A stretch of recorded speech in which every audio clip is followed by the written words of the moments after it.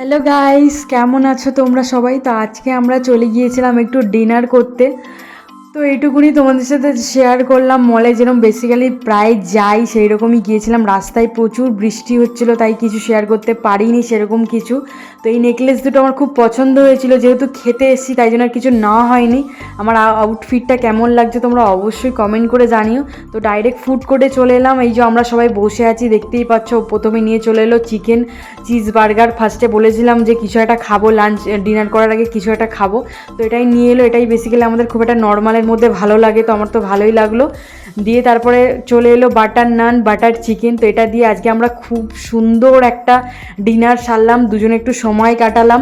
তো আমার ভিডিও কেমন লাগলো তোমরা অবশ্যই লাইক কমেন্ট করে জানিও। প্লিজ প্লিজ প্লিজ আমার চ্যানেলটা সাবস্ক্রাইব করো। তো আসার সময় তো মলে কেউ ছিল না, তো আমরাই লাস্ট ছিলাম। তো আজকের মতন এইটুকুনি, টাটা। তো দেখা হচ্ছে নতুন কোনো ব্লগে আবার।